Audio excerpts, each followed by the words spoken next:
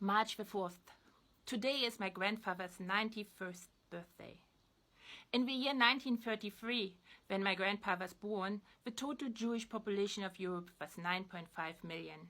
It would be down to 3.5 million by the time my grandpa turned 12. He was one of them. He was also one of the only 140,000 Holocaust survivors who ever entered Israel after its foundation. My grandpa was 15, and the only person accompanying him was his 16-year-old brother. Their mother sent them to prevent them running away and joining the French for Religion like their 18-year-old stepbrother had just done. In the preparation camp for the move, my grandpa met my grandma, 14 at the time and moving to Israel alone as well. But she had family between the 600,000 Jews who'd lived there from ancient times through the 400 years of the Ottoman Empire and then the British Mandate, making up 32% of the overall population of the area in 1948. In 1956, during the Suez Crisis, my grandpa served in the Navy.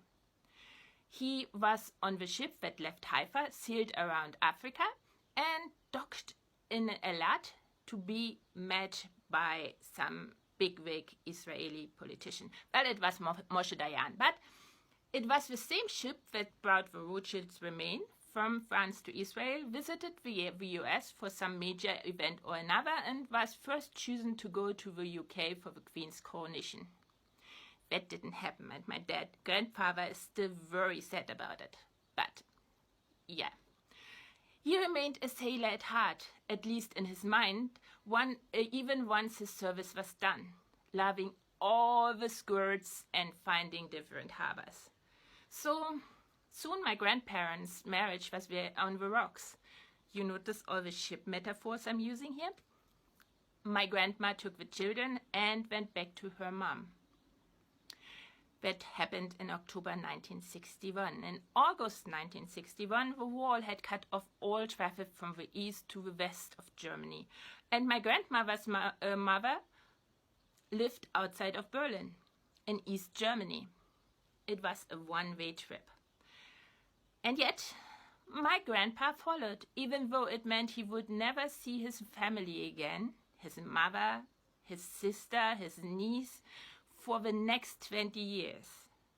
There was discrimination suffered for being genetically Jewish in East Germany, of course. The wall fell eventually.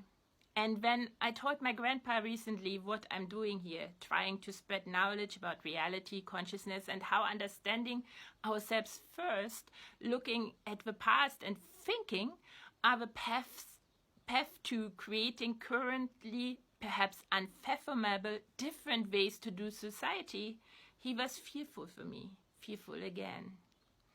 Well, not today. Happy birthday to him, celebrating his day at a coastal retreat with my grandma.